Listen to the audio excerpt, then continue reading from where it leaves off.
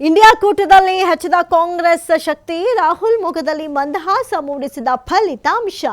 ಕೇರಳಂನಲ್ಲಿ ಭರ್ಜರಿ ಗೆಲುವು, ಪಕ್ಷಕ್ಕೆ ಹೊಸ ಬಲ ಬಂದಂತಾಗಿದೆ.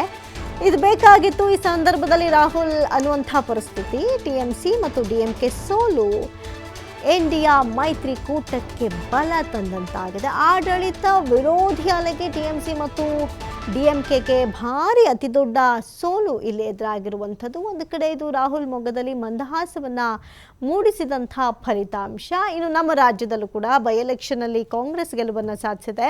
ಎಲ್ಲ ಒಂದು ಕಡೆ ಇದೆಲ್ಲವೂ ಕೂಡ ರಾಹುಲ್ ಅವರಿಗೆ ಮತ್ತಷ್ಟು ಪುಷ್ಟಿ ಕೊಟ್ಟಂತಾಗ್ತಾ ಇದೆ. INDIA ಕೂಟದಲ್ಲಿ ಕಾಂಗ್ರೆಸ್ನ ಶಕ್ತಿ ಮತ್ತಷ್ಟು ಹೆಚ್ಚಾದಂತೆ ಕಾಣಿಸ್ತಾ ಇದೆ. ಇದು ಎಲ್ಲ ಒಂದು ಕಡೆ ರಾಹುಲ್ ಅವರಿಗೆ ಸಹಜವಾಗಿ ಸಂತಸ ಮನೆ ಮಾಡುವಂತೆ ಮಾಡಿದೆ. ಕೇರಳಂನಲ್ಲಿ ಭರ್ಜರಿ ಗೆಲುವನ್ನು ಸಾಧಿಸಿರುವುದು, ಅದರಲ್ಲೂ ಕೂಡ ಎಡರಂಗವನ್ನು ಮಣಿಸಿ 50 ವರ್ಷದ ದಾಖಲೆಯನ್ನು ಮಣಿಸಿ ಕಾಂಗ್ರೆಸ್ ಅಧಿಕಾರಕ್ಕೆ ಬಂದಿರೋದು.